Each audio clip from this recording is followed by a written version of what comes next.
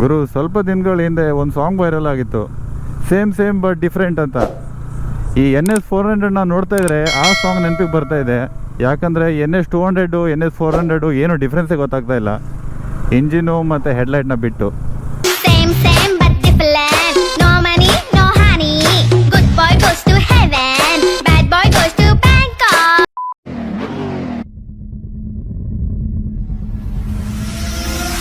ಗುರು, ಈ ಬಜಾಜ್ ಅವರು ಯಾವಾಗ NS400 ಬಗ್ಗೆ ವಿಷಯ ಬಿಟ್ಕೊಟ್ರು ಅವತ್ತಿಂದ ಹೈ ಎಕ್ಸ್ಪೆಕ್ಟೇಷನ್ ಇತ್ತು ನನಗೆ, ಏನೋ ಒಂದು ದಬಾಕ್ತಾರೆ ಬಜಾಜ್ ಅವರು ಅಂತ.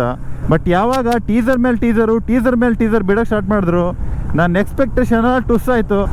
ಯಾಕಂದರೆ ಆ ಟೀಸರ್ ನೋಡಿದ್ರೆ ಗೊತ್ತಾಗ್ತಿತ್ತು ಇದು NS200ನ ಕಾಪಿ ಅಂತ. But anyway, bike already release ಆಗಿದೆ ಮೊನ್ನೆ. ಎಲ್ಲ ಪಲ್ಸರ್ ಫ್ಯಾನ್ಸು ನೋಡಿರ್ತೀರ ಬೈಕ್ನ.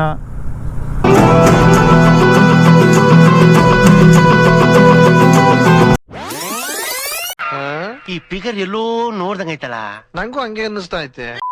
ಓವರ್ ಆಲ್ ಡಿಸೈನ್ ಬಗ್ಗೆ ಹೇಳ್ಬೇಕಂದ್ರೆ ಈ ಡಿಸೈನು ಡಿಟ್ಟೋ NS200 ಥರನೇ ಇದೆ. ಹೆಡ್ಲೈಟ್ನ ಬಿಟ್ಟು ಮತ್ತು ಇಂಜಿನ್ನ ಬಿಟ್ಟು ಬಾಕಿ ಎಲ್ಲ ಸೇಮ್ ಹಾಗೇ ಇದೆ.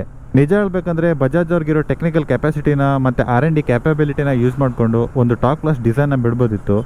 ಬಟ್ ಬಜಾಜ್ ಅವರು ಸೇಮ್ ಓಲ್ಡ್ ಡಿಸೈನ್ನ ಬಿಡ್ತಾ ಇದ್ದಾರೆ. ಡೋಗಿ ನಮಸ್ಕಾರ ಗಾಂಡು. ಗ್ರೀಸು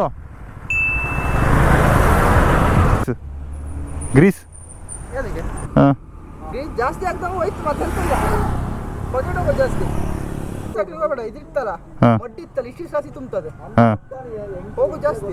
ಹೌದು, ಈ ತರ ಒಂದು ಮ್ಯಾಟ್ರೇ ನಮಗೆ ಗೊತ್ತಿಲ್ವಲ್ಲಣ್ಣ. ಸೊ ಲಾಜಿಕಲಿ ಬಜಾಜಲ್ಲಿ ಈಗ 4 NS ಆದಂಗಾಯಿತು. NS125, NS160, NS200, ಈಗ NS400.